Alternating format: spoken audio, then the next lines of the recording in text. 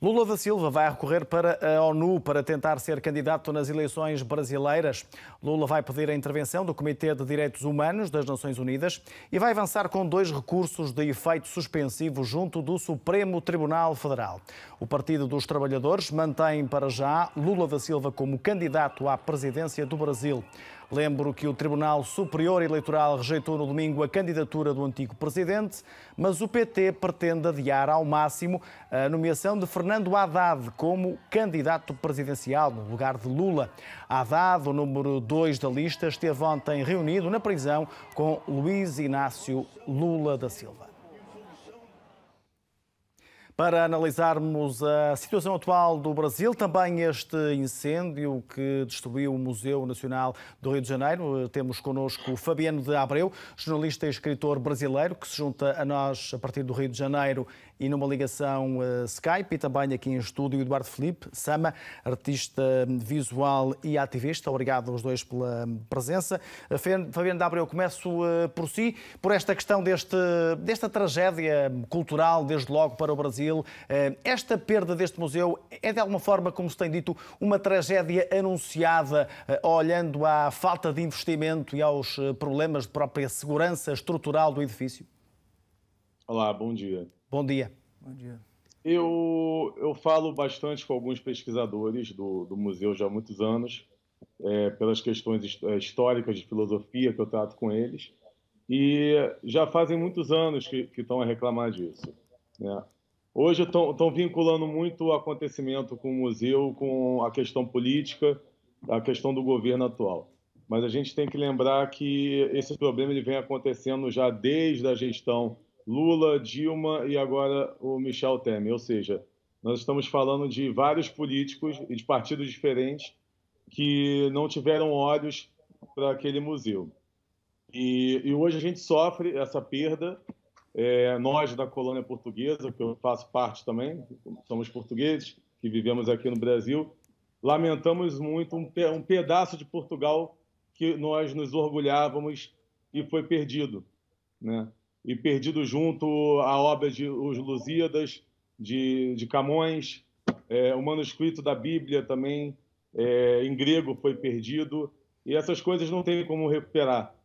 Você pode recuperar as estruturas, mas você não vai recuperar o acervo que lá estava.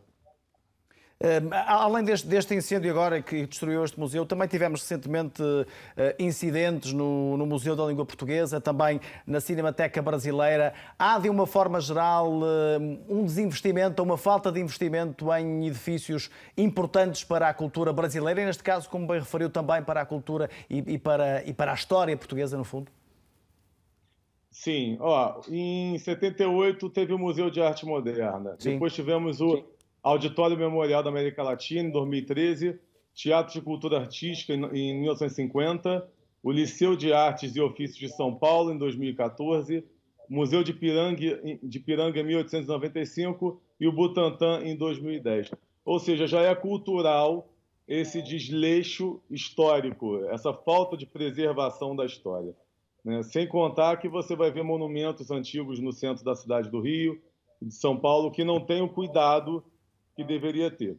O triste é que, quando você faz um balanço do dinheiro que é gasto no Brasil com coisas, seja política, em termos de propaganda eleitoral, seja da questão jurídica, são dinheiros gastos demais, são muitos políticos, nós somos o país que tem maior número de políticos do mundo, né? E esse dinheiro é gasto, e para preservar a história e a memória, o dinheiro não é gasto. Agora, os partidos políticos vão ter que dar conta dessa tragédia que revoltou a população, e não adianta um partido político culpar um ou outro, porque tiveram vários partidos políticos responsáveis por esse acontecimento. Samba, são de facto vários os culpados daquilo que aconteceu a este museu. Não é apenas um reflexo das políticas do governo atual, do governo Temer? Não, o Brasil realmente padece desse problema de falta de cuidado com a própria memória, né? O Brasil é um país que sofre de uma esquizofrenia nacional, de âmbito superlativo. O Brasil não se reconhece, não se identifica as suas origens e identidades de uma maneira natural de processo de reconhecimento histórico. Mas, independente da colocação do colega, a gente pode dizer que essa situação se agravou bastante com a questão do golpe, com a administração do governo Temer, que uma das prerrogativas do governo dele foi implementar um plano de cortes, né, que era a famosa PEC 241, que depois mudou de nome para a PEC 55, e depois virou a PEC 95. A PEC, para quem não sabe, é um processo de emenda constitucional, ou seja, é uma extensão dentro da lei, como se a Constituição já não fosse o suficiente para fazer uma gerência lúcida da coisa pública, da questão nacional. Então, fez-se uma emenda constitucional para justificar um congelamento de gastos. Ou seja, se já era pouco, se já era carente esse setor, ficou mais ainda quando o governo, a administração Temer, congela por 20 anos o investimento em saúde, cultura, educação e variações como espaços públicos ligado à cultura, museus, pesquisas. Né?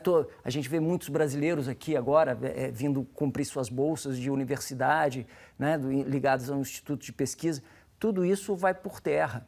Né? Toda aquela competição que o Brasil, o clube seleto que o Brasil começou a frequentar com profissionais da área de pesquisa, vai começar a se fechar de novo, porque isso foi uma conquista que vai se perder por causa dessa determinação do governo Temer. Né? O Brasil está fadado, dentro desse viés neoliberal de administração, a ser um grande campo produtor de soja, onde não se produz serviço especializado, e o que vai se proliferar vão ser igrejas e bancos, às vezes templos, e dificilmente vai se distinguir uma coisa da outra, né? Uma vez que os serviços especializados, o campo científico, pesquisa e todo esse resgate, cultura, vai ser colapsado dentro desse pensamento.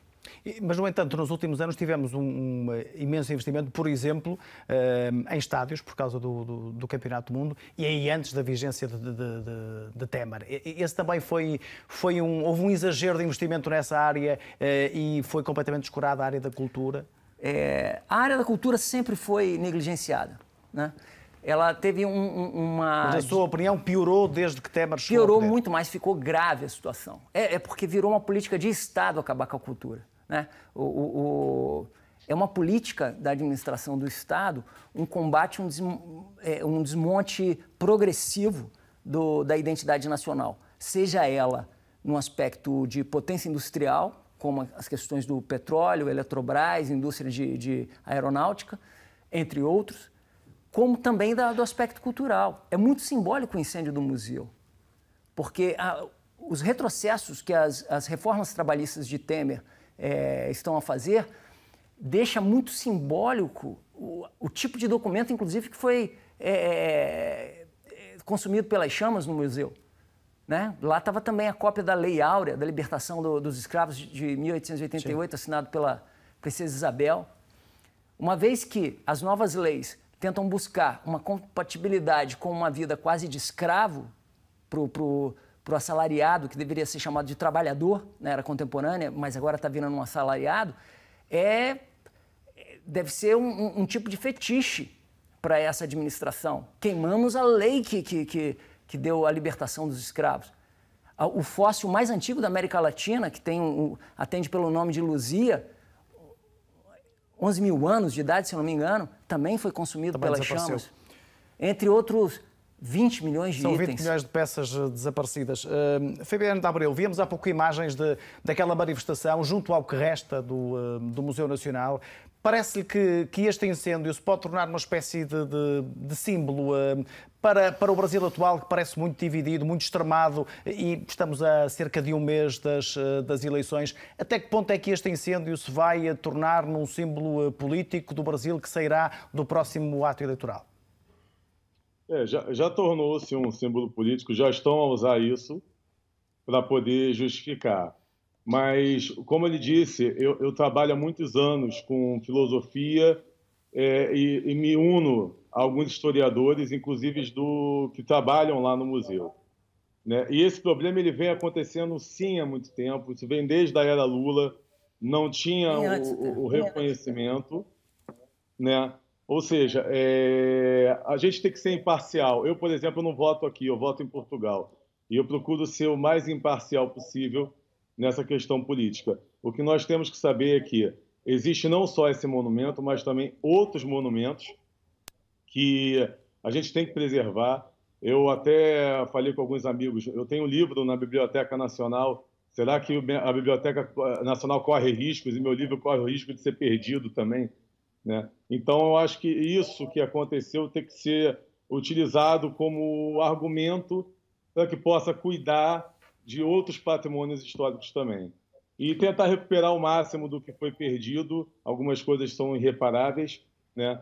E não colocar a questão política nisso, e sim a questão histórica, que foi um pedaço de Portugal perdido aqui no Rio de Janeiro e no Brasil. Fabiano de Abreu, deixe-me só colocar uma questão e também já daqui a pouco ao Samba, porque soube-se hoje que Lula da Silva vai recorrer para a ONU para tentar ser candidato às eleições. Qual é a sua leitura? Parece-lhe que há alguma possibilidade de Lula ainda ser candidato às eleições? E depois outra questão é que com Lula ou sem Lula, o cenário eleitoral e o cenário do próximo presidente será muito diferente. Olha, essa questão política é muito séria, é muito difícil para mim discutir essa questão, porque eu sou uma pessoa bem neutra nesse sentido.